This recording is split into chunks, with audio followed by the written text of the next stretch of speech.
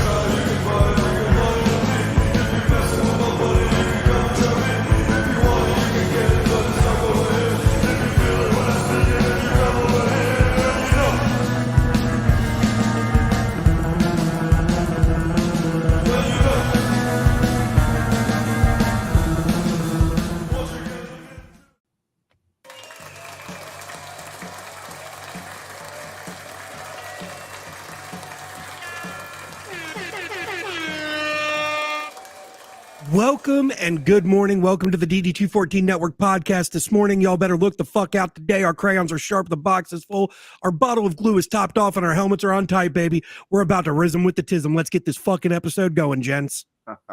Let's go. How are you guys doing? I've been holding that in for a fucking week. Yeah. We missed you last week. We had a good show. We had fun. But It was a good episode. I watched it. I think I went back through and I watched it about twice this week. I know I messaged you guys after a little bit where I think because I popped in for a second just to say good morning when y'all were live, and then y'all were talking about if me or Chris, Mr. Bo Dead had ever met, and he's not been on the show the entire time I've been here. Interesting. So it's been every time he's been on, it's been like I've been out of town or unavailable. Like he's the backup Joe. He's a good kid. I miss him. I miss him terribly. I'm glad he's rocking and rolling, still wearing the uniform, still doing his thing. So it's always fun to watch the homies fucking succeed and climb the ranks and keep pushing forward. Basically, did I ever tell you guys about my brother-in-law? And my brother-in-law has been in the Air Force. That was the one that retired from the Air Force recently, right? No. That was a different brother from Tucson. He was a colonel. The one that retired was a colonel. Gotcha.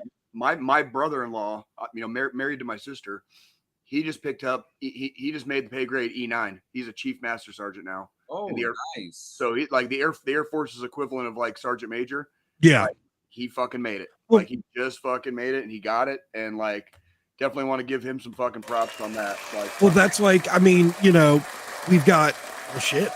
You have your sibling just made fucking, or your brother-in-law just made fucking chief master sergeant. We have fucking Ace who just got first sarge. Yep. I've got one of my old troops, one of the old fucking E4s that served under me back when I was still in. I just saw the other day he just made sergeant major. Goddamn, good for him. So it's like everybody's fucking. If you stay, if you stay in long enough and you keep your shit tight, it'll happen eventually. And that's the thing. I've got some MOSs are harder to make it than others, but the reality is he ended up having to fucking go through and reclass and change MOSs because he wasn't going to make fucking sergeant major in the MP field. Who's Rob Lee? We'll get to that soon. Okay. Keep going. Oh, dear fucking God. I don't even want to know. Shit. You guys do anything this week? Anything crazy? No. Well, I'll get to the crazy. I'll get to the crazy episode. Yeah, I know, John. You got a Yeah, little John has a lot of fucking crazy. He's probably going to take up a good Yeah. fucking 30 No, to 40 minutes. I didn't want. episode with his I crazy. didn't really want to delve too deep into my crazy this week. I damn near had like an actual Roadhouse story. It would almost turn into like actual Roadhouse bullshit. So like, I was upset for a couple days over that. I told you guys before the show, so we won't delve too much into that. But kids, don't go out after dark. Okay, nothing good happens after fucking dark. That's all I can tell No, you. nothing good happens at all. There's Was a that reason. There's a reason I normally don't do it. And now the last 2 times I've tried to go out after dark, the great city of Independence has fucked with me. Both times I've gone out after dark. The last 2 times. So I'm like, I guess I'm just not going out after dark ever anymore. Period. You know what I mean? Like, period. Like it just ain't working for me. Just ain't working. I guess, on my end, vacation was fucking good, pretty relaxing. Yeah, did you have a good time? You guys have a good time? We always do. I mean, it's fucking, we go visit some friends that live there. It's chill, relax. We go out during the day. We fucking eat good food. We fucking go back to their house. We fucking sit down, play fucking card games and shit. Cool. And just drink and stay up super fucking late. And then get up super fucking early the next day to go to fucking get brunch and start drinking all over again. That sounds like a good time to me. It's one of those situations where it's like, once or twice a year when we go out there, I get to relive the fucking army days where, I pretty much stayed drunk 24/7 for days on end. No way. You don't say. Ooh. No. But I did, one of the big things when we go out there that I do is a lot of bourbon hunting. Cause you guys know my bourbon and my love for fucking bourbon and whiskeys. Uh-huh. So went into a new liquor store that opened up recently in their area. And it has now become my favorite liquor store because they have a lot of the fucking allocated shit that I can't find anywhere. Uh-huh. And not at stupid, ridiculous markups. Right. Nice. However, luckily I budget for this whenever we do go out there because my big find was a $300 fucking bottle that I brought home. Oh shit, you got it? Yeah, but that's one of those like once in a blue moon special occasions. It's your birthday. Like Jay comes out to North Carolina. Jay and John come to North Carolina for a fucking cookout. We're gonna fucking open and pour a glass kind of situation. That's not an everyday sipper bottle. It stays tight. It was on my bucket list of bottles to get. I'd never tried it before. So of course we get home and the first thing I have to do is make sure I've got my ice cube, my nice fucking whiskey rocks fucking made up. And I poured a glass just to try it. Fucking delicious. Fucking delicious. Fucking delicious. I'm telling you, it's the most delicious thing ever. It's huge. It's huge. it fucking better be delicious if it's $300 a goddamn bottle. Okay, that's like what would that be, like $20 a shot, probably, like minimum. You know what I mean? So it was when we were staying at the hotel in KC last year, Jay. Yeah, the president. They had a bottle of Whistle Pig 18 year, which I still have yet to try. Okay. And because I've seen it around here a few times, and it's a $300 bottle in North Carolina. Uh-huh. And in Kansas City, they were charging $60 for an ounce. Fuck no. Like, I don't care who you are. That's why I didn't fucking try it. Well, that's like, I wish that's how much my cannabis was for an ounce. Right. Well, that's what I'm saying. I'm like, dude, if I'm gonna be charged $60 for a shot, I might as well buy the $300 bottle. You know what I mean? Well, yeah.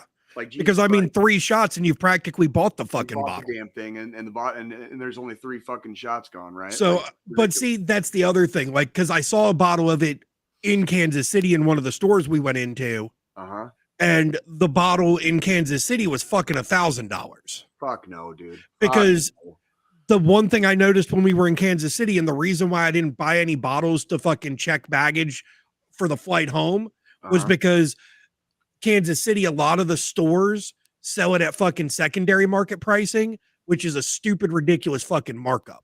Right. Because they can, because it's all private liquor stores. It's not Yeah. state controlled, like North Carolina Well, where state else- controlled. And where else are you going to find that shit except at those stores, so they can charge whatever the fuck they want to for it? Yeah. Basically. Because what they're doing is they're going to other states and the owners are, going around and they're buying it that way. And then they're able to turn around and sell it in their stores. Right. Because it's not controlled by the state. Like North Carolina, it's 100% state controlled. You can't go into a Walmart or a gas station or anything and buy liquor. We've talked about it. Yeah. Which is unfortunate for you, but it's unfortunate, but it also keeps the prices fucking down because they're charging MSRP for those bottles versus a fucking markup. And it's state controlled. So like freaking yeah. It's just all those good bottles typically go to the fucking restaurants before they make it to the shelves in the stores because restaurants get first dibs on everything. Well, I'm just glad you were able to get your fucking expensive bottle of fucking bourbon before the fucking stock market like finishes crashing. You know what I mean? Like, did everybody have fun this week watching their fucking retirement and fucking 401ks fucking tank? Just curious, just wondering. Like, yeah, because it's happening. I saw it was happening and I just stopped looking. You kind of just have to stop looking after a while. Like, I've never in my life been prouder of the fact that I don't have a 401k fucking than I was this week. I was like, oh yeah. Can you imagine how many people were just watching this shit going like, well, there goes my fucking retirement. I guess I'm working until I'm fucking 80. You know what I mean? Like, I was already fucking expecting that anyways. Yeah, me too. Dude. Work till you die. I'll shut up. So I mean, if you enjoy what you do, then you'll do it. You know well, what sure, I mean? Well, sure, but how many of our peers and out of our peer group are that happy? A lot of people don't have that opportunity or that ability to do that even, Well, there's not having that opportunity or that ability. There's, obviously all three of us being veterans, we've got a shit ton of friends that can't even fucking work. Right. In our peer group because of their disabilities from their time in service. I'm getting close. Like this year I had to take a step back at Arrowhead. So I still work the Chiefs games, but I had to go to a different position because it just things weren't feeling good. You know what I mean? So I took a different position at Arrowhead. I still did good. I still got to make my rounds and stuff. Yeah. But I didn't have to deal with as much of the crowd. You know what I mean? Well, and that's the thing. Like it's one of those things like me and you, John, we're kind of lucky because with me, even though I'm, physically I'm just completely fucked. Like when I die and fucking I already decided I want to be cremated just because I don't want somebody to find my fucking shriveled up fucking corpse in a million years and be like, holy fuck, this guy was jacked all to hell from fucking bone damage. Because my spine probably curves like this from fucking jumping out of airplanes and all the fucking shit I did. Carrying giant backpacks full of shit for like fucking millions of dollars. It's me and you, John, we're kind of lucky because, you doing podcast producing, me doing, IT work and having a fucking cozy desk job. Not everybody has that fucking opportunity. Yeah. Well, and let's just now, do I want to fucking do this till I'm 80? Fuck no. Do I want to fucking sit at a desk and fucking continue to fucking tell people what to do till I'm 80? No. Yeah. I'd like to fucking retire at some point, but is that something that I see possible in my fucking future? Fuck no. It ain't happening. It ain't fucking. At least it's not. Shit, we're trying to figure out how to pay the fucking wife's student student loans and shit now. I'm telling you, dude. I'm telling you, it's rough. It's rough out there right now. Because she went through. Well, she had to go through. She did. She did her debt consolidation for her student loans and shit, and fucking the payments, $500 a fucking month for the next 30 years. For 30 years, that's a fucking mortgage, dude. Yeah, like, that's a fucking mortgage. Like, goddamn, dude. Holy shit. Holy fucking shit. Like, I did get some good news this week. I got my taxes done. For some reason, get a fucking car. I did not get a car yet. It's coming. I'm still fucking stressed out about that. Don't get me started on that. But I went to a different tax place this year. Some places. And I fucking I got my taxes done. And the dude told me the number that what my return is, what I'm getting back, and I was like, what the fuck? I was like, because it was like fucking 4 times as much as I got last year, and I think if anything I worked less. You know what I mean? So I Yeah. was like, what the fuck is the difference between this year and last year? And he's like, I really couldn't tell you right now, but I talked to my fucking my dad, and my dad's like, well, find last year's and go take it into them, and you can refile, but see if they did something wrong. You know what I mean? Because last year I didn't get hardly anything back last year. This That year, makes me think that, whoever was prepping your taxes last year fucked something up. they weren't paying, or they weren't paying attention to something. I don't know I don't know what the hell, because functionally nothing changed. You know what I mean? Like, and it should have been the numbers should have been similar. I wasn't expecting to get a lot back. I really wasn't. Yeah. And the dude told me, and I was like, "Are you sure that's correct?" You know what I mean? Like, I'm not actually getting that much back. And he's like, "Yeah." He's like, if you had worked a little bit more, you would have gotten even more back. I was like, "What? Like, what the fuck were they doing last year?" I was like, I only got X amount last year. This is like 4 times as much. Yeah. And he's like, I don't know what to tell you. I don't know what they did. I don't know what to tell you.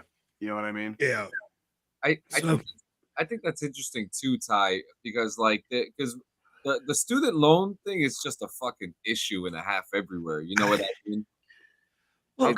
How can you go to school with a loan that you're going to be paying off for 30 fucking years afterwards? That's not, like 4 years of school is not worth that much money. Like, it's worth money. Yeah. Don't get me wrong. It's worth money. Well, the degree and the schooling you do, but not for fucking 30 years. It wasn't the undergrad that fucking did that. So when she got her undergrad degree, so the 4 years, she was only 30,000 in student loan debt, which she could have paid off. That would have been a lot fucking different.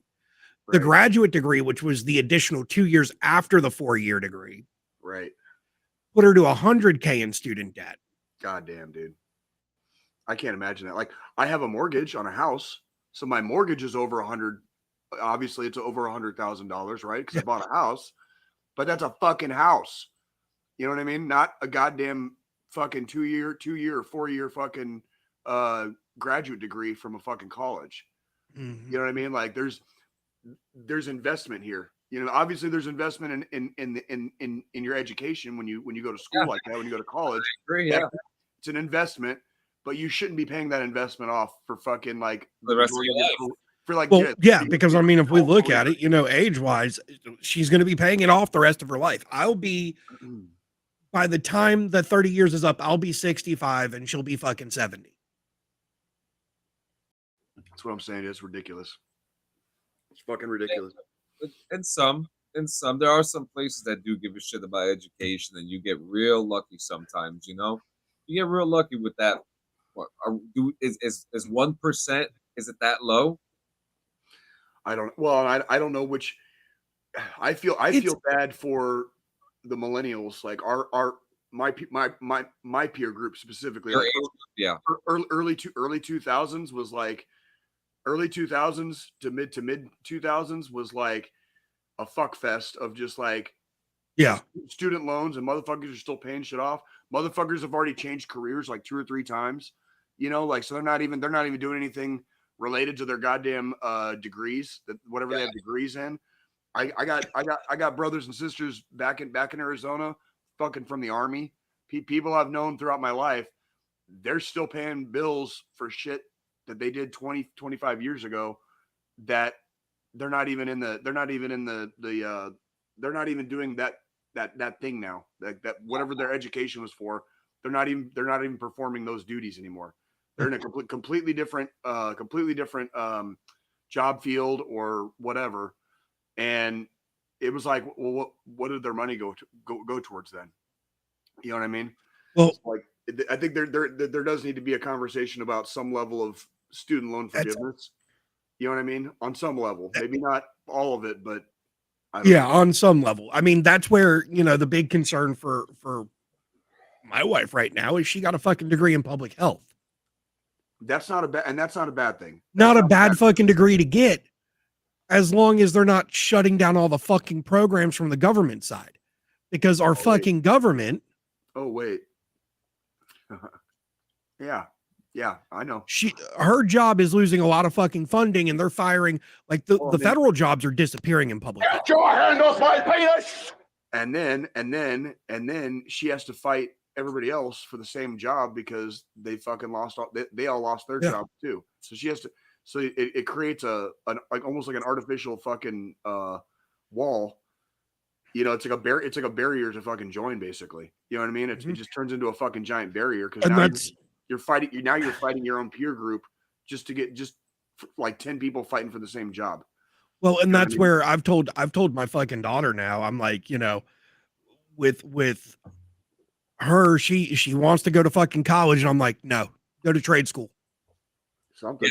Go to trade school, become a fucking plumber, an electrician, fucking do some kind of fucking shit like that, because or dare I say it, fucking do a 4-year hitch in the fucking military and get that GI Bill. You know what I mean? Like do a little. Yeah. Then honestly, your doors open up more. They really or the construction school. I mean, I can't tell you how many Joes I had to kind of coach and mentor where I was like, I know the Army seems like it sucks right now. Like, do a couple more years and then go to college. Like, don't let one bad unit or one bad platoon or one bad contract, one bad fucking NCO, one bad fucking officer. Don't let that fucking ruin it. Don't let that ruin the Army on you, because the Army is like a giant stepping stone. So whenever you get out of the Army, you can be very, very set up to be ahead of your peers. Well, when I got 3 years for GI, I was way behind. I was way behind the curve with my peer group, even for Tucson, Arizona, you know, homies. I was way behind them all the way up until I joined the Army. And then now that I've gotten out of the Army, you know, I hate to use the term, but it's true. Like I'm fucking semi-retired, and I'm only 44 years old. I'm semi-retired. Well, okay. And there's a couple of factors that go into that. We're not going to get into all of them. Yeah. But the fact that I'm semi-retired at 44 years old, I don't have to fucking scrape. I don't have to fucking struggle as hard. I don't have to fucking claw my way back up another ladder. As soon as I got out of the Army, I was able to fucking like take a knee, drink some water, chill out a little bit. You know what I mean? And yes, I was fortunate. I had a good run, and I'm fortunate for what I have, and I'm very grateful for it. But the reality is, it was the Army that fucking finally put me kind of like ahead of my peer group, if you want to call it that, to where I am basically functionally retired now. If I work, I only work if I feel like it. And lately I haven't been feeling like it a lot, mainly because of the car thing. But still, it's like my fucking car took a shit and broke down. I'm not tripping about it. Yeah, I don't have to fucking freak out. Go ahead. My car died this week. Oh no, bro. Oh shit. Yeah, the Ford EcoSport, it's gone. Oh god, dude, I'm sorry. I know the stress. Like, trust me, I know the stress. Well, like, you know, and this is like another thing where I became very fortunate. I had 2 cars. I didn't have any payments for. One's dead, the other one still works. So right. Well, and that's I don't like putting it like this. Plus, I don't drive. Well, like I don't like putting it like this, but it's like my car's still sitting in my fucking driveway, but I'm probably just gonna have it hauled off eventually. You know what I mean? And that's like, whenever I get a new car, I'll get a new car. But I'm not. It didn't break me to not have a car to drive. It's not breaking me. Yeah, mine's gone. I'm in a fortunate position, again, because of Mother Army. Yeah, you're in a position where it's not life or death right now. I did good for Mother Army while I was in. Mother Army's doing good by me now that I'm out. I'm one of the lucky ones. What do you want me to say? You know what I mean? Like that's just reality. But a lot of our friends, a lot of our peer group, they're still struggling, and they're going to have to continue to struggle. Yeah. You know what I mean? Like, and it hurts my heart. It hurts. It legitimately hurts my heart. I don't like seeing my brothers and sisters, wherever they are in the country, any country, struggling, scraping, you know, clawing their way through fucking life, just trying to make fucking ends meet. Nobody wants to see your loved ones do that. You know what I mean? And like it hurts my heart to see the people that we love and that we care about still having to struggle. And there's a lot of our friends from the Army, same thing with them. They did a contract or two, they got right the fuck out, and now they're struggling. You know what I mean? Like it's a tale as old as time. You know what I mean? It really is. So just keep your heads up out there wherever you're at. We appreciate you guys. We really do. Like we don't want to see you guys struggle, but we know a lot of us do.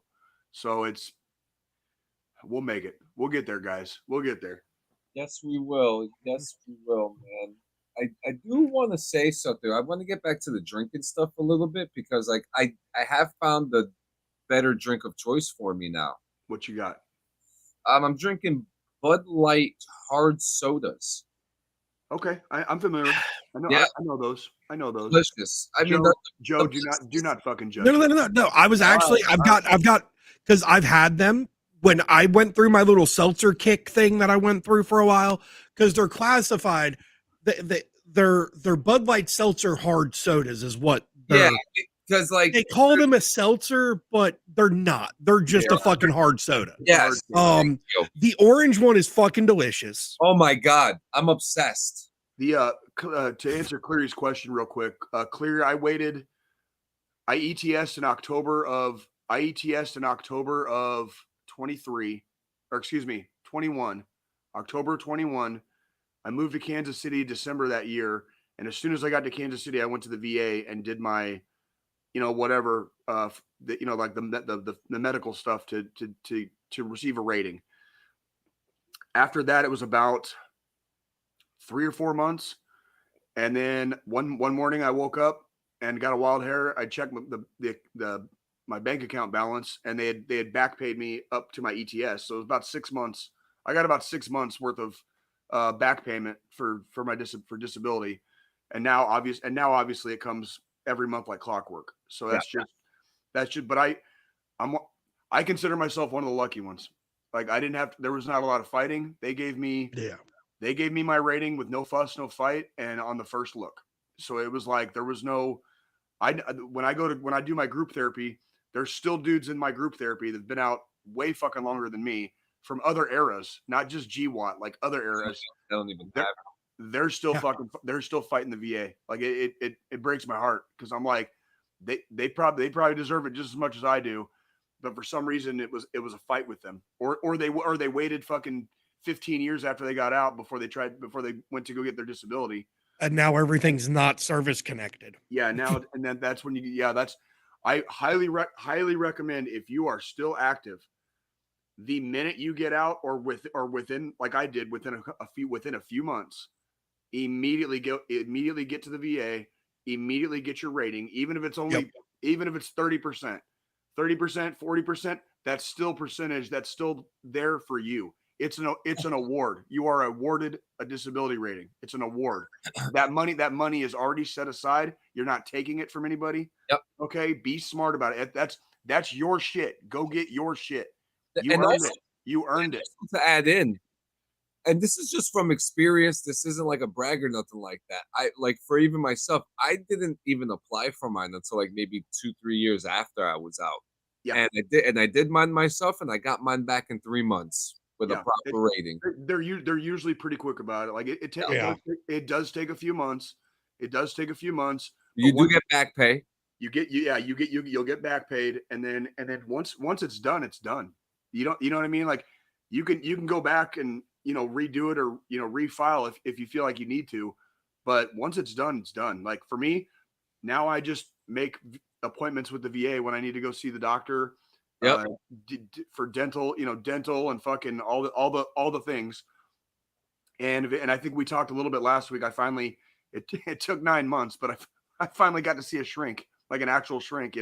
I do therapy at the vet center, but I'm finally now seeing actual like psychotherapists at the VA. So that's like, and I'm able to do that because of my rating.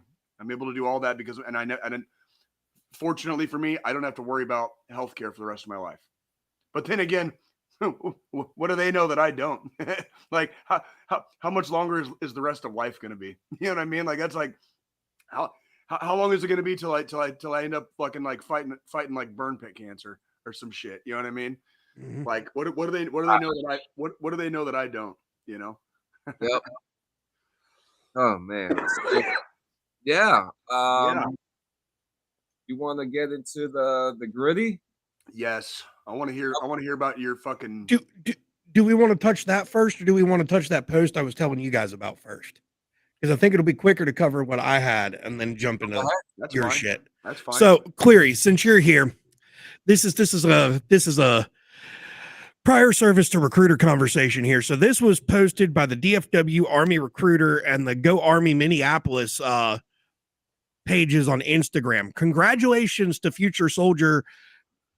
I'm leaving the last name's on fucking social media, Smith, who thanks to her experience as a dental technician in the civilian world was able to enlist with an ASVAB score of 19.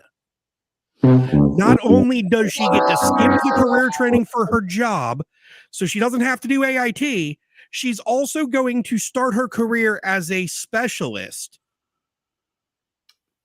with a 19 ASVAB score. What the fuck is the Army doing, Cleary? Little bit of a.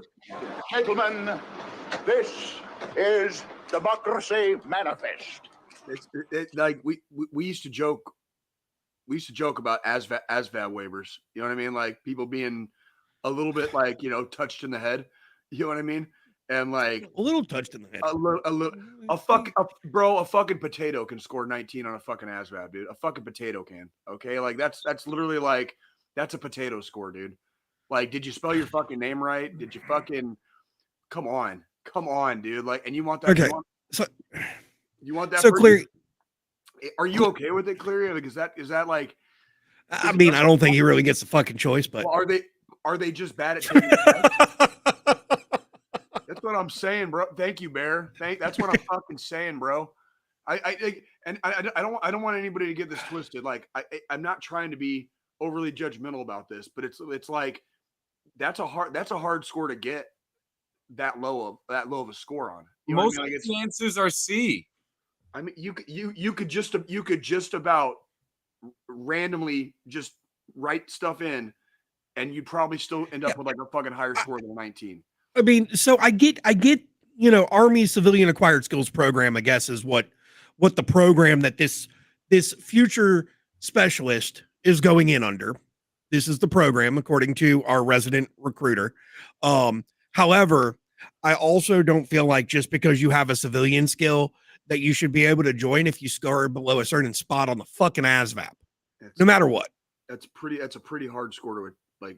I have to assume that if they're a dental tech, that they just probably aren't good at taking tests or something. But like that is, I don't like fucking tooting my own horn, okay? But for clarity here, I had to retake my ASVAB when I was getting ready to join because I'd been out of high school for 10 years at that point.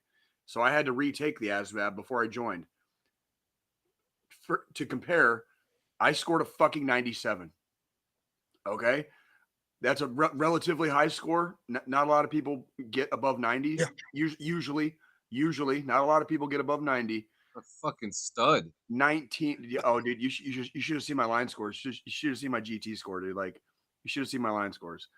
Like, you would shit, John. You would shit. But it was I retained a lot of knowledge from my education growing up, and then in the 10 years after high school, I gained more knowledge because of like some of the work that I did, like in the trades, like construction and know stuff like that. So I actually scored higher than I scored in high school, mainly because of that. So like, and I understand not everybody's good at taking tests. Like, that is a thing. But Jesus Christ, you're a dental tech, and you scored a fucking 19, dude. Like I don't know if I want that person fucking holding an M4 next to me. You know what I mean? Oh man. Read that out loud. It doesn't. I'm just reading the last sentence of that entire statement. I found out through recruiting that education does not equal intelligence. Agreed. And that is probably one of the best things a recruiter has ever said, and probably one of the only times a recruiter has never lied to me.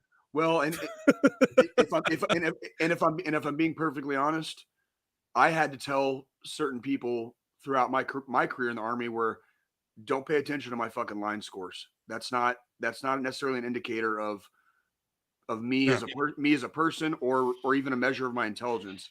That's like, that just means I fucking took the test well that day. That's basically all that meant. You know, like, Yeah. I still had to have people show me how to do stuff. There were, when I first started, I was a mechanic. I cannot tell you guys how many fucking mechanics were better mechanics than me, because I just didn't belong really in that MOS. So I was very hard worker, but I'm not necessarily the go-to. I wasn't necessarily the go-to guy, you know, when shit broke down in the field. You know what I mean? Like, I can assist, I can help, but when we're talking like troubleshooting, you're talking like different areas and facets of the maintenance field. I was a good worker. I was a hard worker. Probably was not the best mechanic. I like my heart and soul belonged where I ended up in the infantry. You know what I mean? So there's something to be said for that too. You know, and you talking about your line scores and your ASVAB score and all that shit and how you scored really high. I scored high too. Right. I actually got into a fucking argument with my recruiter because they wanted to put me into some fucking like super secret squirrel fucking MOS. And I was like, no, I want to be a fucking MP. And he's like, why do you want to be a fucking grunt with a Humvee when you could fucking go fucking be in charge of nuclear weapons and shit? And it's like, because I don't want to fucking be in charge of nuclear weapons. I had to have the same conversation with my recruiter, and my recruiter was very honest. He's like, if you become a mechanic, you're not going to promote very fast. You know, he's like, I don't know if he's like, he legitimately said, he's like, I don't know if it's for you. I was like, well, intelligence definitely isn't for me. Like, military intelligence is definitely not me. I can't, do not put me in a fucking fluorescent light bulb hell, you know, in a goddamn cubicle, you know, sitting at a fucking desk. Like, I'll be pulling my hair out. You know what I mean? Like, it just doesn't work. So yeah. I mean, and that was part of my whole thing. I didn't want to fucking sit in the cubicle yet. I wasn't ready for fucking desk work. No. I mean, obviously I do it now for a fucking living. Well, but sure. Back then, I wasn't in a position where I needed to fucking do it. So yeah, Jam, and that's that. And I never understood that either. Like, when I joined the Army, I knew I wanted to join the Army. Like, it was like the Army was like my last shot at a winner. I was 28 years old, almost 29. So we're pushing, encroaching on our 30s already. And I was like, I need to do something with my life. I did not want to go back to Tucson, Arizona with my tail between my legs and try to fucking make a career out of digging ditches for fucking $8 an hour. You know what I mean? Like, the Army gave me a way out. It gave me an out. And thank God, because if I hadn't joined the Army, or if the Army hadn't worked out for me, I don't know if I would have made it back to Kansas City yet. I really don't. Yeah. I know a lot has happened in the last 15 or so years since I joined, but I don't know if I might still be stuck in fucking Arizona for all I know. You know what I mean? The Army gave me a stepping stone to life, and it gave me a way to make my dreams come true, so to speak. You know what I mean? So there's definitely something to be said for, but a 19 is holy shit. Like, this, it makes me want, it's yeah, basically that's pretty much that's it. Yeah, fucking trash. Fucking trash. So we got. Tell me, yes, John. I want to hear this, John. Welcome to paradise. So myself and a group of other people for the last couple months since September, October, August have been uncovering the crypto scam Paradise. You know, and to keep it short, you know, it was a video game that was supposed to come out just 4 days ago, and they promised this whole big ordeal about like, oh yeah, we are, you know, we're a AAA game. We have crypto in the game. You can make money off of it. We'll have a good time. We're a GTA competitor and all this stuff, right? We've talked through most of it before. But this week, on the 2nd, the game was supposed to release through Epic and Steam. And then all of a sudden they were like, no, download this thing called G-Gem, which was something that some of us found out to have some data mining capabilities for your information. So I just downloaded the thing called Sentinel-1, which found some hidden things in my PC after I did a virus scan on it from after downloading GGEM, and GGEM was maxing out my computer and stuff like that. So there were some issues with that, and then there was crypto involved with it. They didn't release it because of the wedding. Oh, you mean this wedding?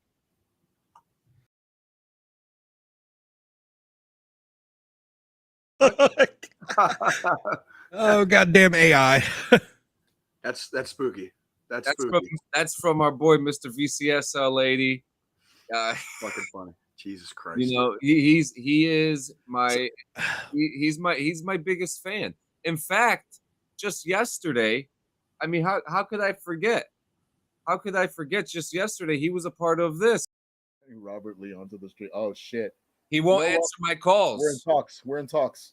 Yeah, he won't answer my calls. But before we get to our favorite part of it, you know, like Robert Lee, we love each other. And don't forget, guys, Robert Lee is nothing but a victim in the whole situation. We don't know what's going on. Who the fuck is that? So at this point, I think that is a paid actor that was used to make the Paradise like tutorial videos and stuff, to do the voiceovers and shit like that. But we don't know who that guy is. Yeah, he's my lover. He's my husband. Okay, so the game was supposed to come out Tuesday. The game didn't fucking come out. People are going, oh, yeah, you beat me to it. I got it too. And, you know, just shit just got fucking haywire with this thing. People are starting to fight back now because they lost their money. They lost their money. You're fucking with people's money. So I want to show you guys something. I know we're not big on crypto and stuff, but we understand charts, right? Yes. Oh God, not charts. I stare at those every fucking day. Well, look at this one. Oh, wanna. You're gonna, Daddy. Look at this. Emotional damage. Holy shit. That don't look good. That tanked. That fucking tanked. That's like I don't think the line's supposed to go down. That looks like fucking that went in the wrong direction. That looks like the fucking stock market this week. You know what I'm saying? Like, holy shit. I'm really curious what's going to happen tomorrow when the markets open tomorrow. Like tomorrow morning. I'm really curious. Like, yeah, this has been happening all week. It's been going up and down. But people are trying to save this token for this video game, right? But it's been nothing but deception. It's been nothing but lies, and I'm tired of it. I'm not okay. This shit is fucking. You don't need to be okay with it, John. There's a thing called righteous anger. Okay, yeah. I would say you definitely are well due for some righteous anger about this shit. And like you even mentioned it on your live stream. You know, like you mentioned me for a second. Your buddy Jay.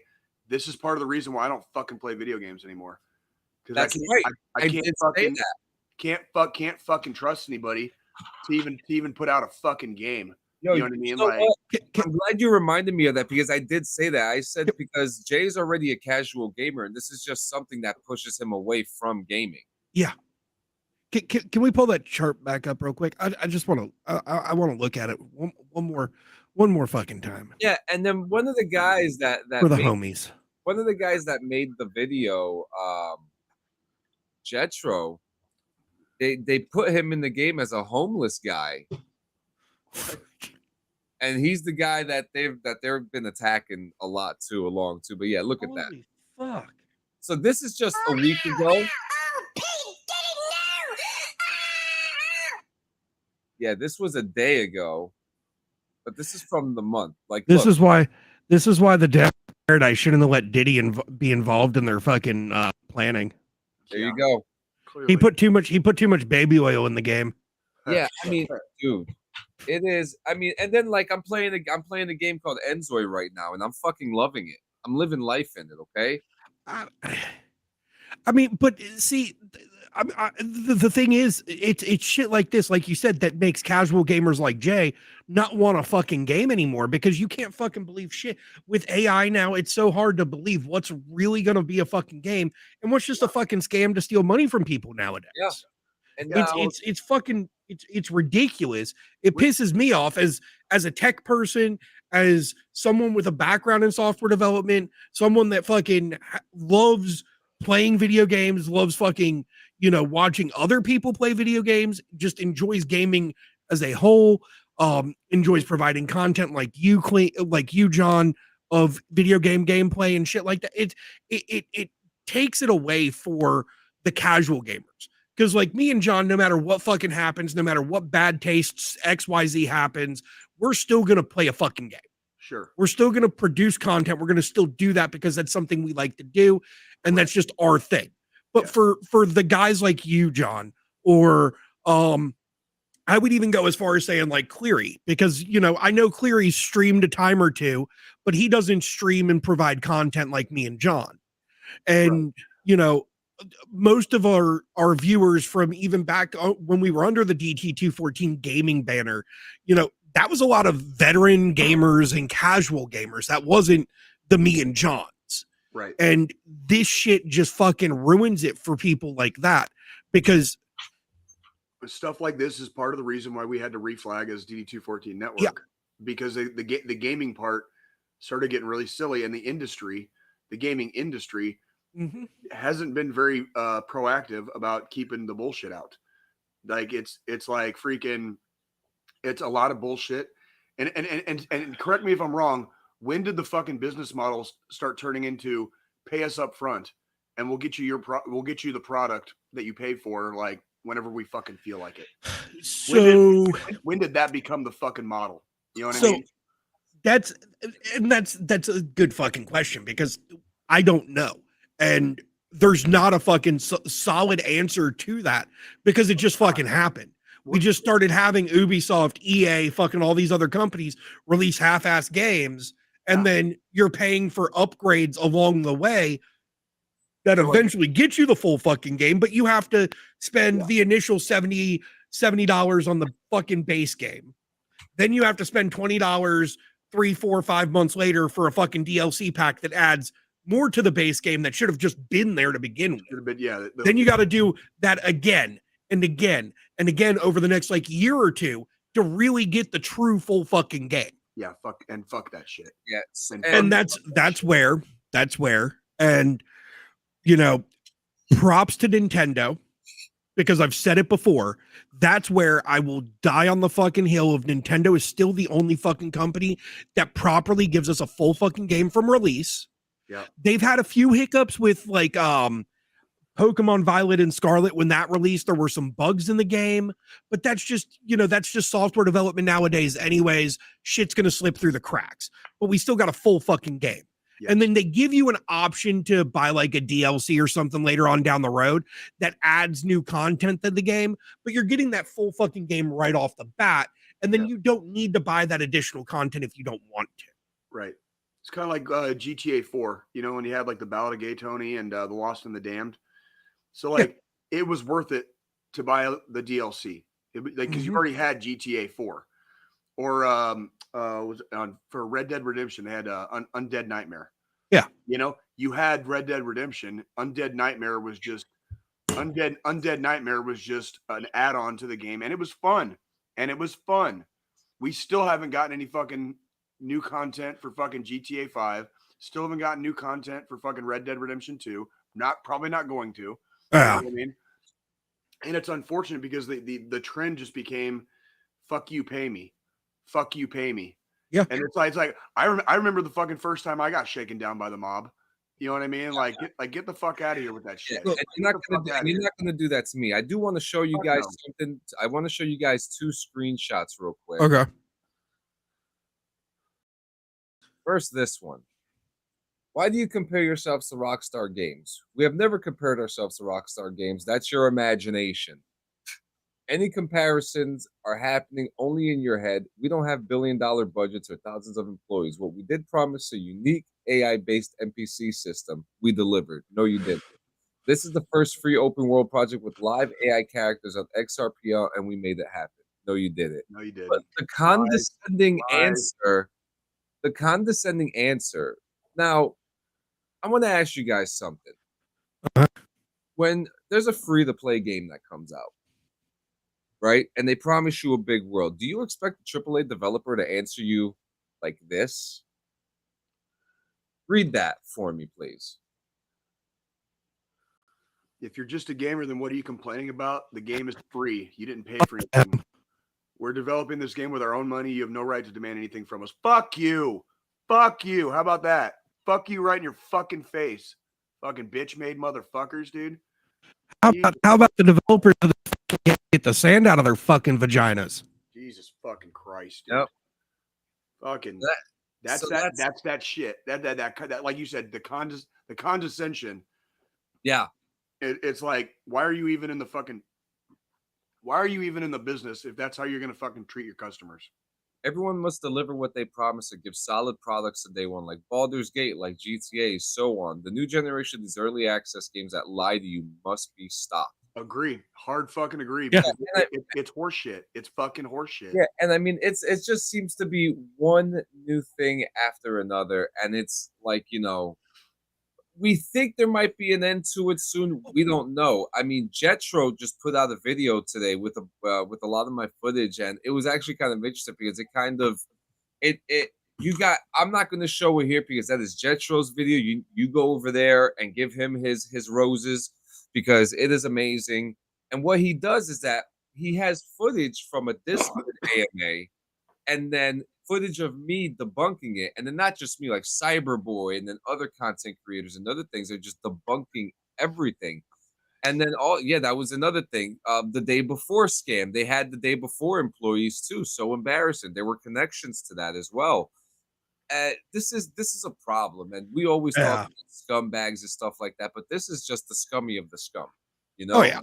Their token is dropping. They're rude as fuck.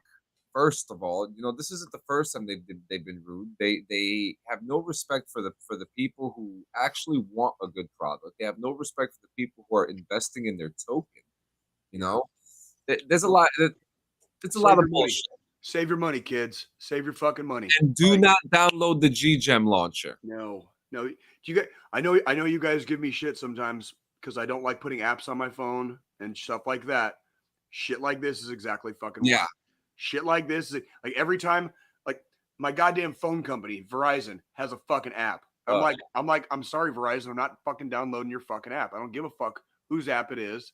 Yeah. Okay? I've got like 3 apps on my phone that I use. One of them is my bank. One of them is fucking Venmo. Okay. And one of them is fucking Uber. Yeah. Okay.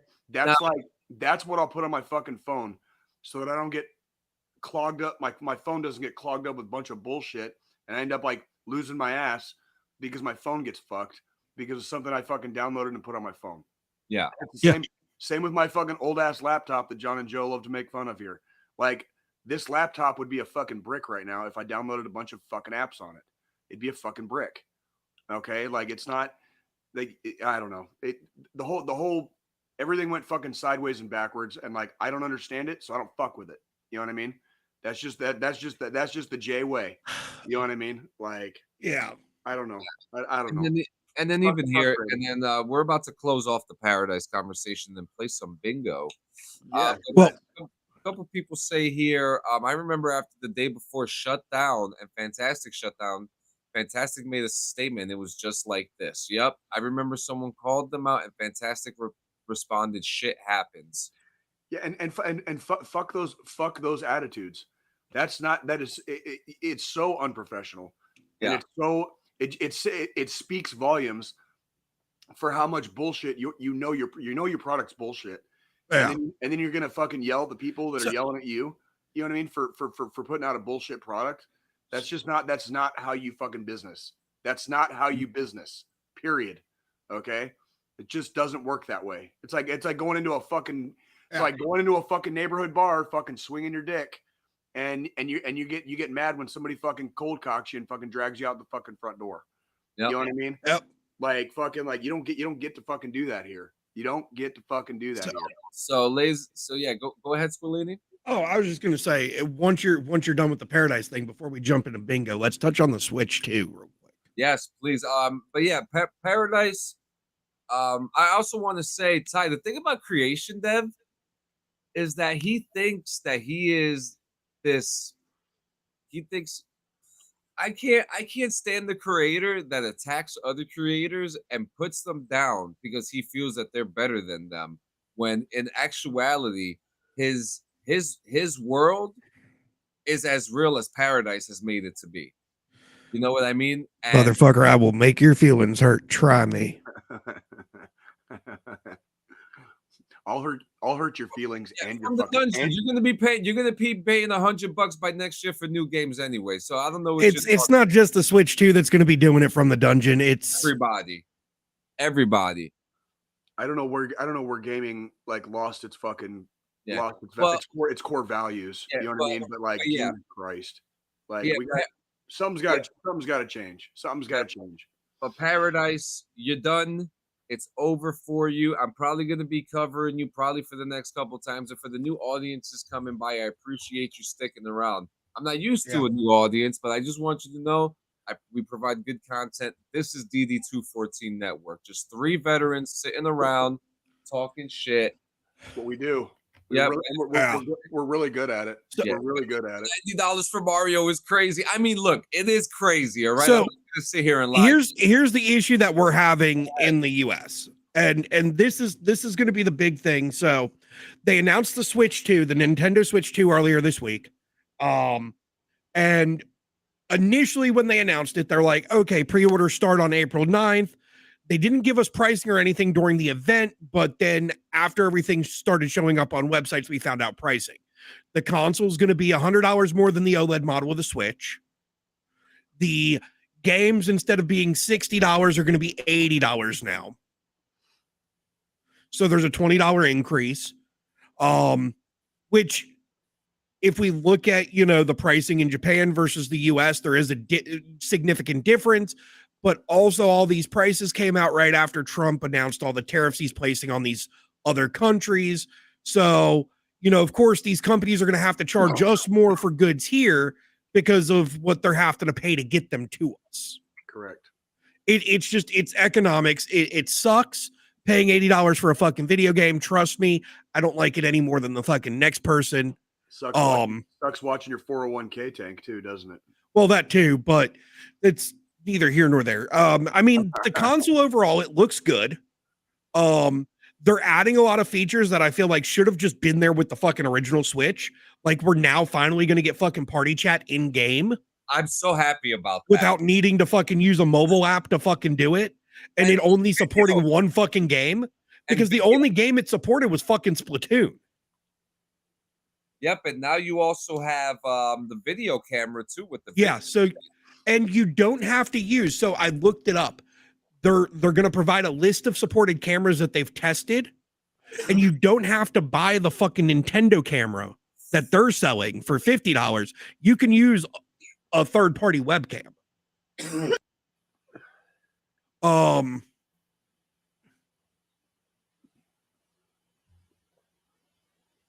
Bingo.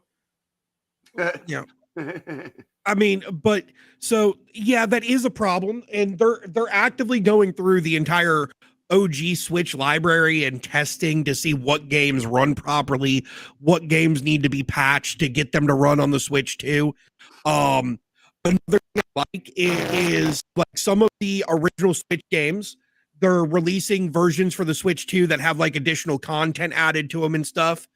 If you own it on the original Switch, you can pay an upgrade fee of $20 to upgrade to the Switch 2 version to get those additionals without having to buy the game all over again.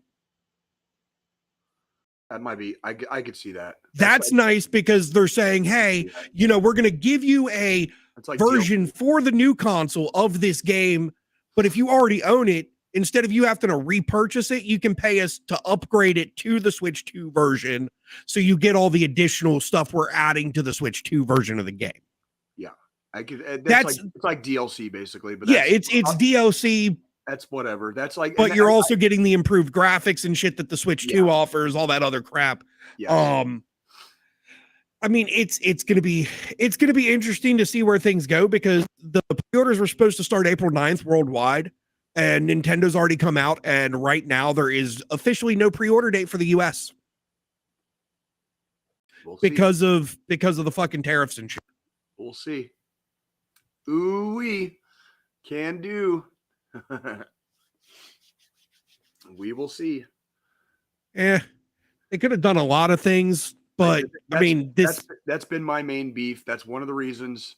That's one of the reasons we had to reflag this program as DD214 Network instead of DD214 Gaming, was because when we would go into our gaming section of the show, it started just being a nonstop shit bitch talk. fest. Shit, yeah, just bitch fest, shit talking, because the gaming industry has just really circled the drain these last several years, and unfortunately, especially for me and John, you know, being here from kind of like the beginning of the show, like it was supposed to be about gaming. It was supposed to be a veteran centric gaming show, and it turned into a bitch fest every week or every other week about there was something new, some undelivered fucking product, something came out and it was unfinished, piece of shit games, bad games getting torn apart by the fans, and the company's saying fuck you. You know what I mean? And this has been going on. This has been going on for the last 5 years.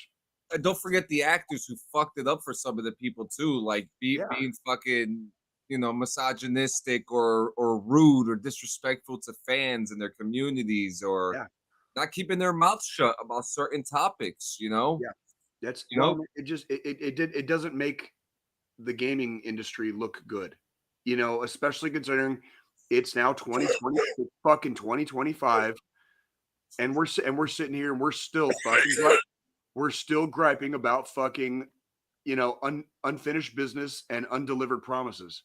You know what I mean? Promises that just didn't fucking come through. And it makes me feel gross. I'm not going to spend my fucking money on it. I know John and Joe have their own proclivities with gaming, and they're way bigger gamers than I have ever been. But for casuals like me, why would I even fucking bother? When I hear what Joe and John say, why am I even going to waste my fucking time? I'm not going to waste my time or my fucking money. I'm already enough of a fucking picky bitch when it comes to my entertainment. I'm already fucking picky as shit.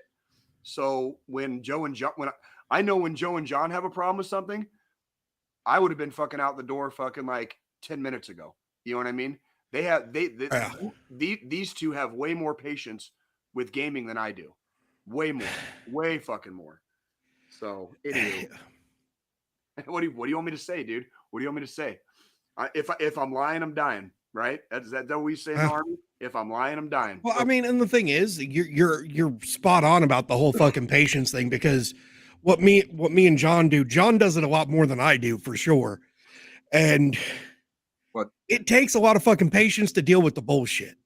Yeah, I can see that. And it hurts my heart, because I know how much you guys truly enjoy gaming. You guys truly enjoy it. I think about games like Starfield, right? Yes. Because a game that I actually really enjoyed, but I guess because I'm used to the Bethesda treatment. I'm used to their formula, Everyone thought the game was shit, but I still sit here saying that I personally enjoyed it, Yeah. It's just, and that's fine. But it was just different for me. strokes. For me, it wasn't that I didn't enjoy Starfield, because I enjoyed it. It was that I had one mishap happen where the game crashed on me and my entire fucking save file disappeared. Or wasn't that the game that was supposed to be like a bajillion different worlds and whatever, and like you got some different worlds, but every world was kind of, in essence, like functionally the same. You know what I mean? Like, and like that was an undelivered promise. They promised they promised one thing before launch happened, and that was not what was delivered. You know what I mean? So like again. So yeah, you can enjoy playing the game, but what they promised and what came out were two different things. You know what I mean? So Excuse me. So yeah, that's Everybody. Yeah. knows. So yeah, guys. So let's play some bingo real quick. Let's do that. We'll do like 15 rolls. Okay. You know, Which card am I supposed to have? anyone you want. Choose one. Okay. Let me pull up my phone here. Now there's going to be some that come up on the wheel that are not on these 2 cards because this is just a sample pack I'm working on. But if you guys are in the chat and you guys see the pinned comment, participate. We're gonna play some DD214 bingo real quick.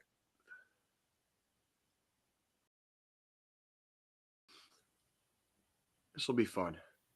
Yes, it will.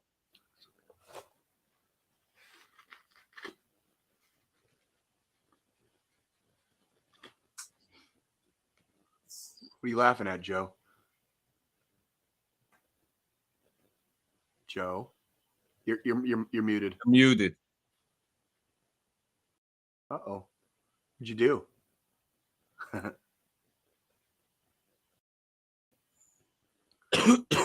Bum, bum, bum, bum.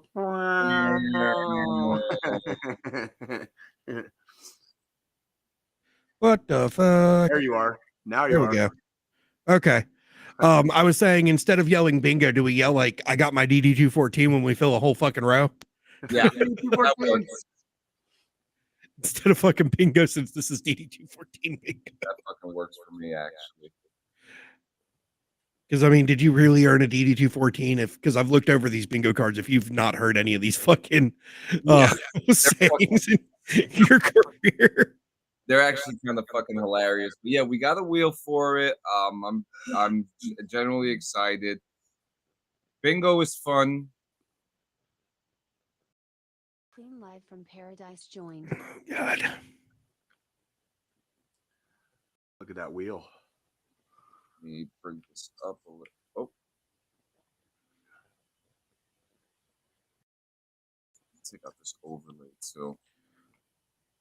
Yeah, and if you see the pinned comment, just go ahead and join us. And then we'll when you got your cards ready, I will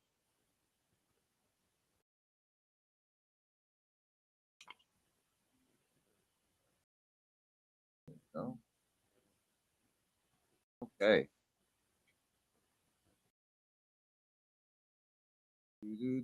Is anyone in the chat going to participate? Because if not, I'm starting this motherfucker right now. Let's roll. Yeah. But yeah, if you want to play, choose a card from one of the 2. Here we go. Here we go.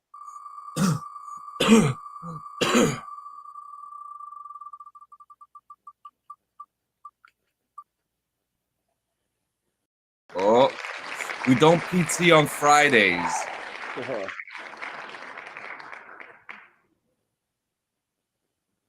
No, I ain't got that one.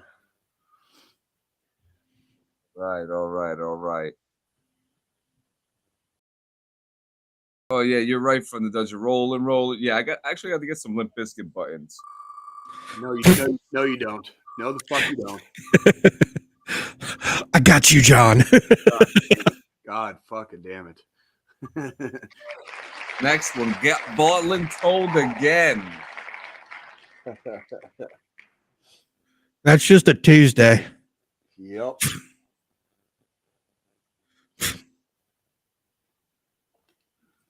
The next one.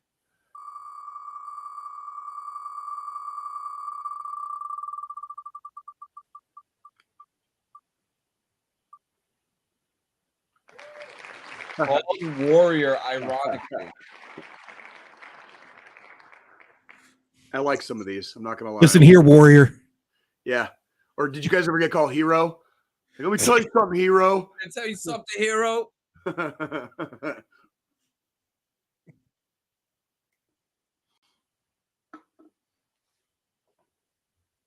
Oh man. Oh, I fucking removed whatever was supposed to happen. I'm gonna have to fix that.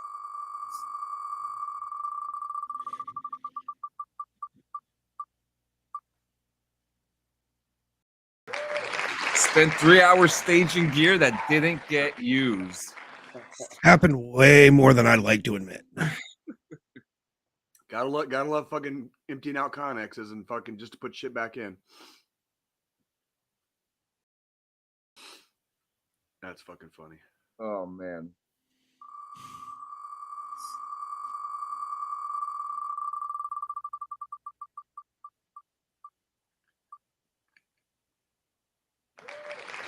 Field Chow gave everyone the runs.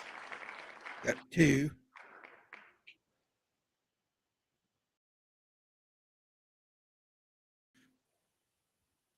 I've never had that issue. I was pretty lucky when it came to field chow, but I've definitely had some. I had some oopsies in Afghanistan. I was constipated more than I was like having the runs. Hey, y'all got lawnmowers? Yeah.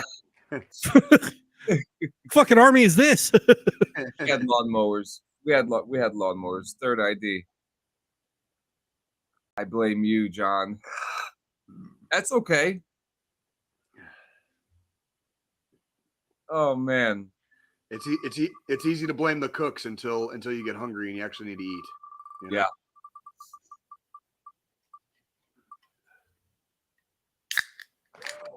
Someone's Bluetooth speaker ruined the silence.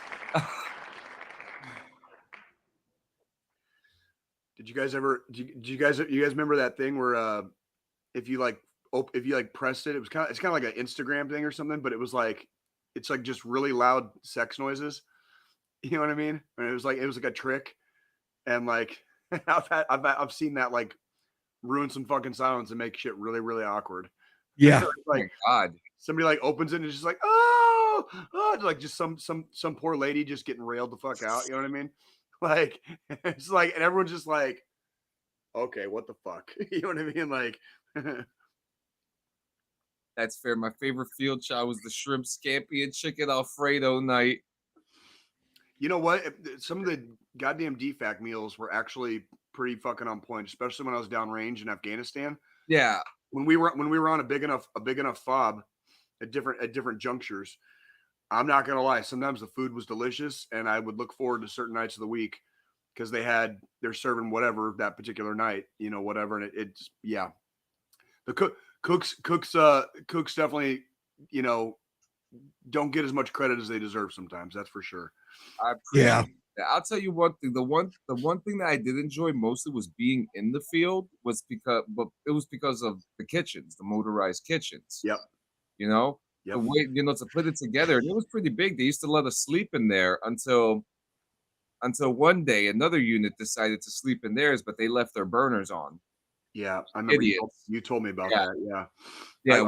I helped set up a field kitchen at NT when I went. I only made it to NTC once. Like fucking, I only made it to NTC once, but I assisted. I was in the infantry at the time, but I assisted a lot of our battalion cooks setting up a field kitchen. So that was pretty. Deploys cool. 3 times, only does NTC once. That's fucking luck. You want to talk about only did NTC once. I was supposed to go to JRTC, but I ended up going to ALC instead. So while my homies were at JRTC, I was drinking Yingling at fucking Fort Benning doing ALC. I only did in 7 years in the infantry that I did in the infantry. I only did EIB once. That's why I don't have my EIB, because I didn't get it that year. But I only did one attempt at an EIB. Like yeah. 7 years in the army, or 7 years in the infantry. I mean, like it just them's the breaks. Them's the breaks. You know what I mean? Yep. All right, let's get the next one. Let's see what happens.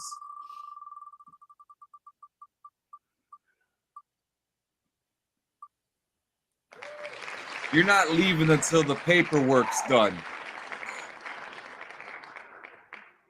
Oh man. I want a new card. I don't think I've gotten any yet. I got to make more. Yeah. It's all good. It's all good. 5 times to fucking NTC and 0 JRTC. That's from Cleary. I believe it. I'm sorry. I believe it. I'm sorry. Well, the cool part about NTC is like the more often you go, like you get to know like the lay of the land, you know. So like you do all your setting up and tearing down in what they call Ruba, but once you go in the box, I knew guys that had been to NTC so many times, like they knew where we were just on like by visual sight. They knew where we were in the box. Yeah. Because they'd been so many goddamn times. So yeah. So we were about to go to NTC. We were probably like maybe 2-3 weeks out. And then the 2015-16 restructure happened. So got canceled. Yep, it got canceled right away. They pushed out anyone who wanted to get out, and they kept anyone who wanted to stay in. They merged units. That was actually a crazy time too. A lot of people were pissed off about that because they wanted to deploy. Oh yeah. No, the next one. We'll do a few more.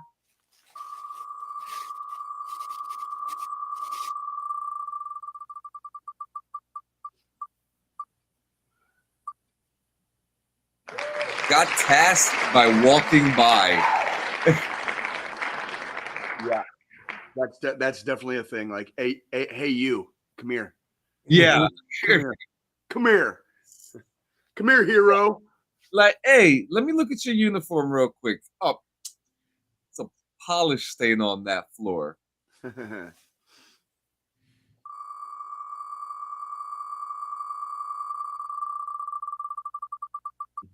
That's why you always carry a clipboard. Basically. Got voluntold again. We already had that one. Yeah, we came up before. Yeah, I didn't remove it. I'll make a whole new one. Yeah, the first 2 times were hard stance fobs set up, and the last 3 were full spectrum ops with no amenities. Ooh. Yep. That happens too. No amenities. Yes, you always have to carry. The one way out of getting voluntold or tasked with something when you walk by a fucking high-ranking person is have a clipboard in your fucking hand. A clipboard and a pencil, and make it look like you're checking shit off of a list. You will never get asked to do shit. And for those of y'all thinking about going in, don't take this advice. That's some E4 shit, okay? Yeah, that's like fucking E4 mafia shit right there. Right. Yeah.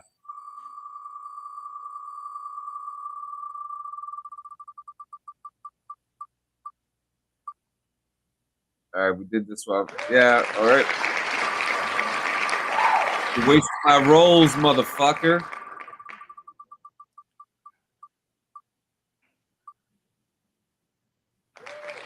You got told to sweep the sidewalk. Definitely a thing. It's definitely a thing. My favorite is mop up the rain until the fucking deck's dry. Yeah. It's even funnier when you actually see someone fucking hosing up the fucking side. If you stay in the Army long enough, you will see somebody sweeping the motor pool in fucking rain. Picking up rocks from the cracks of the floor, one by one. Like, you will see it. You'll see it. We call this positive reinforcement, children.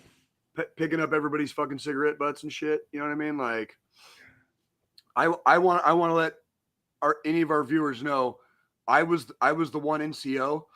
I would tell my Joes if they were not smokers, if they were non-smokers, I'd be like, just walk around the parking lot while us smokers fucking pick up the cigarette butts. I was like, look like you're busy, but if you're not, if you weren't a smoker, I wasn't gonna make you fucking pick up cigarette butts because that's fucking stupid. Because you're not even part of the fucking problem. You know what I mean? It's like, and we wouldn't have to fucking pick up cigarette butts if they did what, guys? Put them in the fucking receptacles properly. Thank you. It literally made. We have literally in every smoke pit, there is a fucking receptacle for cigarette butts. If you put your butts in there, all that happens is we just have to task one person with emptying it out once a fucking week.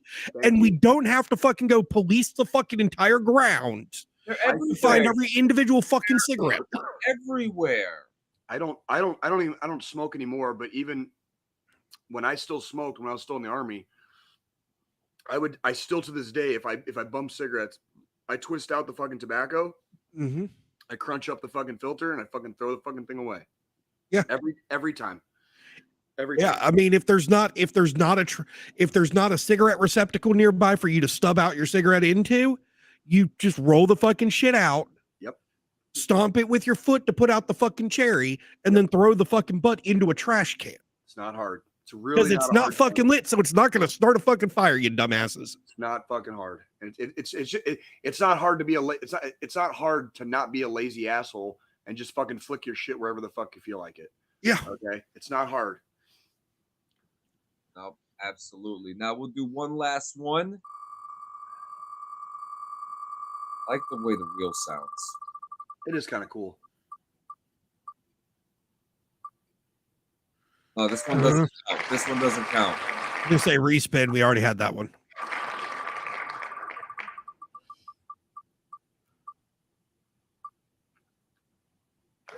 Someone's boots will have mud from the last field op. That's the thing.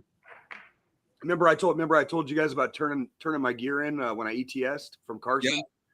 My kit, like the one you wear like with sappy plates and all that, that was like 4 years of like fuck your face infantry. So there was all manner of shit on there. When they told me at CIF that I didn't have to clean it, I was like, oh, thank God. I was like, oh, thank fucking God. Because the only way to clean that bitch is buy a new one and turn it into. It was not getting clean. Like there was 4 years of dirt, mud, blood, piss, shit, every conceivable fucking like fluid. That was, you just got the right civilian contractor at the right fucking time that day. No. Because if dude was in a piss poor mood, you'd have been scrubbing that bitch for the next fucking dude. year. I was gonna have to take it to a fucking like car wash and like power wash it, like literally, because that wouldn't like that shit. And that still probably wouldn't have gotten it clean enough. No, almost guaranteed no. And like I think I did have to go back to CIF for a couple things, but it wasn't a lot. But I was so grateful I didn't have to fucking clean my kit, because it was like literally first year in the infantry was training, second year was a deployment, third year was training, year 4 was a fucking another deployment. And so like it was 4 years straight of like fuck you in the infantry. You know what I mean? It was 4 years. The duty doesn't get more active than that, doesn't it? No, it was back to back training cycles, back to back deployments. Like he was living that Call of Duty. He really was, man. And he had duty on his kit. I got what I asked for. I definitely got what I asked for. So like I suffer sometimes now because of it, right? But I consider my suffering to be just, because I got exactly what the fuck I asked for. It's like, I asked to be deployed and I got fucking deployed. I got fucking deployed like 3 times. Like I got what I can't bitch about it because I asked for it. Nope. That's what exact. I didn't join the army to fucking sit there and hold my dick. So I got what I got lucky, and I got what I asked for. And like we were saying earlier, it's paid some dividends on the back end, but there's definitely an amount of suffering that goes with it. So it's like, what are you gonna do, right? What are you gonna do? Yeah.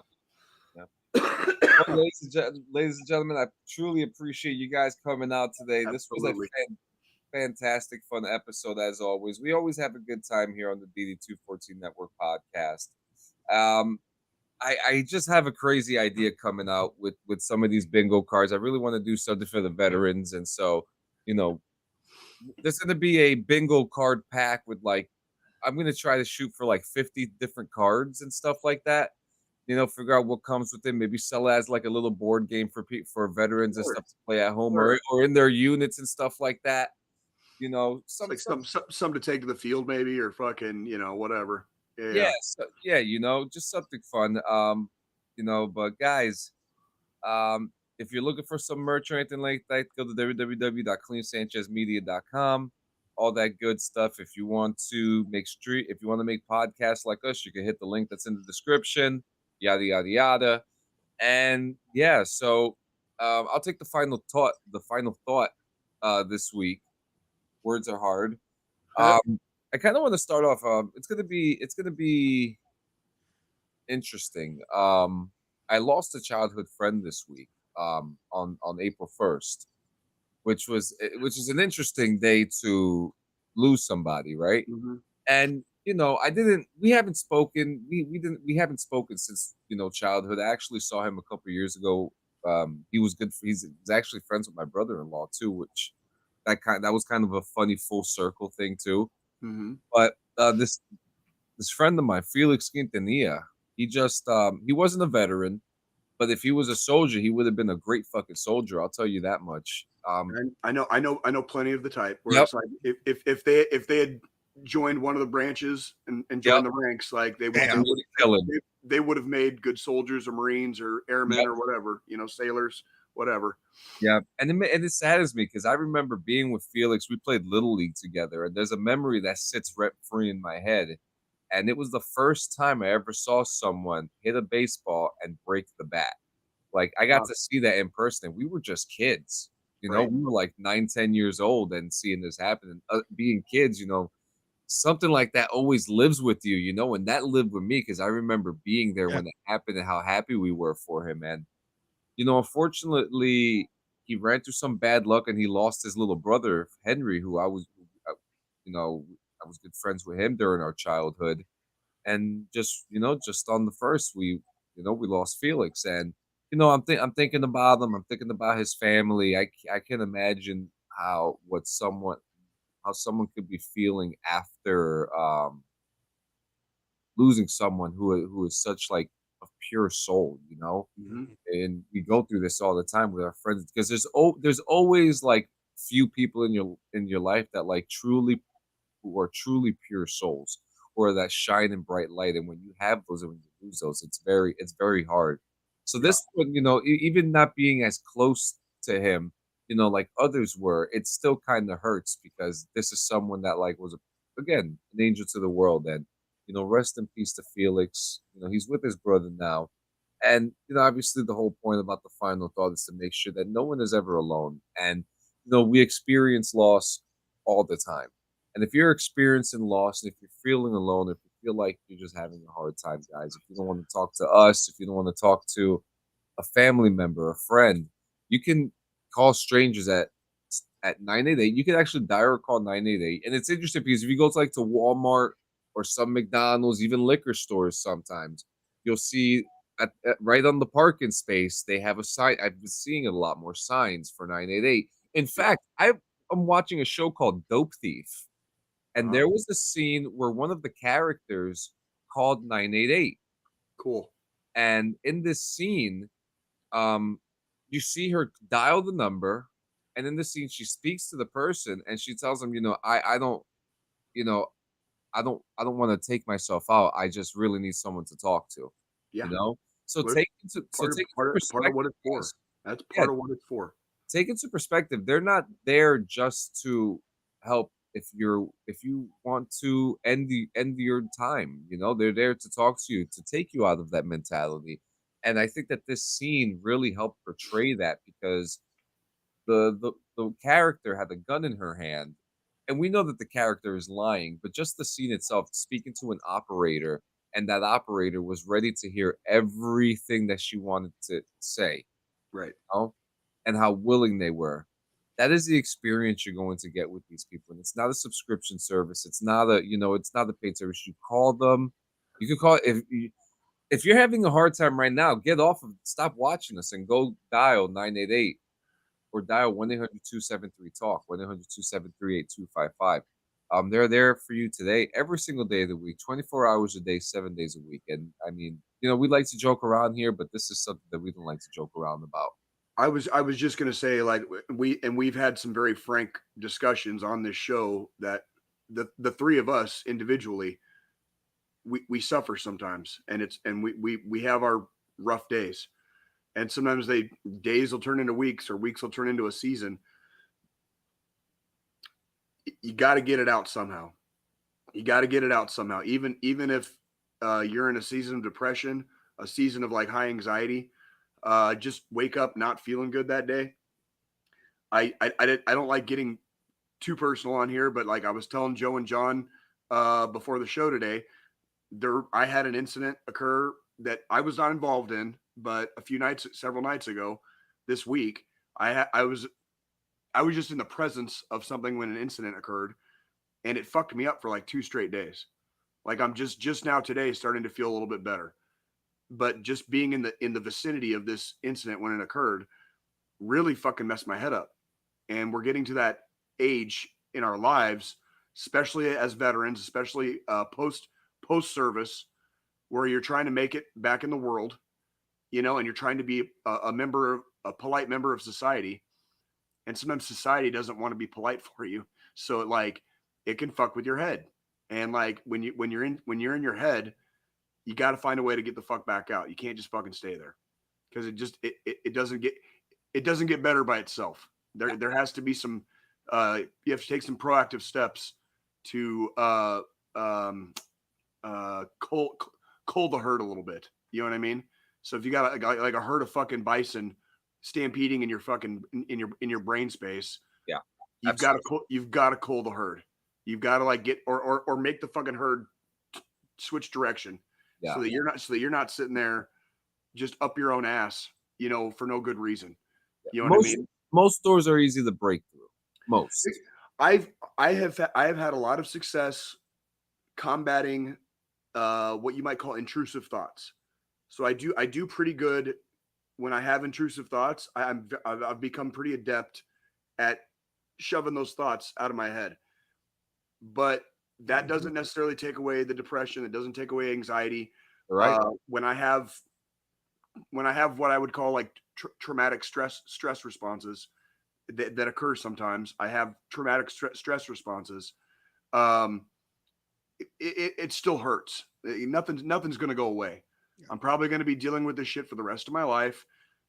We briefly mentioned last week, like, for all I know, in another 10 or 15 years, I might need a fucking caretaker. I don't know right now. Yeah. All I know is my disability shows itself sometimes. And when my disability shows itself, I have to be proactive about doing something about it. Okay, that's not the time for me to be drinking a lot. That's not the time for me to be in public around other people that are or are not good or bad, whatever. Yeah. Like, it's like, Yeah, that's not the time for it, because when my disability shows itself, it doesn't just put me in danger, put potential danger. It puts anyone I'm around in potential danger too. And Yeah. I have to be responsible about, how do you feel today, Jay? Can you go out in public right now? Can you go watch a Royals game at the watering hole and have a good day? Is that even possible? Is that even possible today? And if it's not, then I need to take some inventory. I need to do some internal reflection. What am I feeling? Why am I feeling like what? Like, did something happen that made me feel this today? Sometimes there's a reason. Sometimes you just woke up on the wrong side of bed. Shit happens. But it's up to us to deal with it. It's up to us to fucking stand up and goddamn do something about it. So, Yep. absolutely. So yeah. Guys, thank you so much. This was a great episode. As always, we always have a good time here. We're gonna be back again, same bat time, same bat channel. Fuck As the good old things say. But yeah, guys, come around next week. Holy flying penguin testicles, Batman. I'm gonna watch The Dark Knight with my kid today, which I'm pretty excited about. And then Go further back. Let's go Adam West, Batman, We did it already. 67, 79. Yeah. Ow! We did it already. We did them all already. We're up Fucking to Burt Ward and Adam West. Yeah, we're up to the Christopher Nolan era at the moment, so we're kind of swimming through that. So Sounds like a good day. I hope you're stopping at that. Let's just end it there. Like, don't continue after that. He likes the new Batman. Remember? We haven't. I was the one that didn't like it. Remember? And I'm gonna watch the next one when it comes out.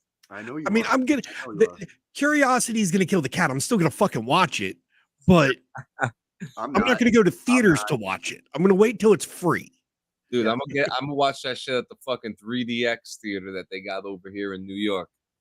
New York City. Have a good one, everybody. Be Good guys. evening, good night, and we will see y'all later.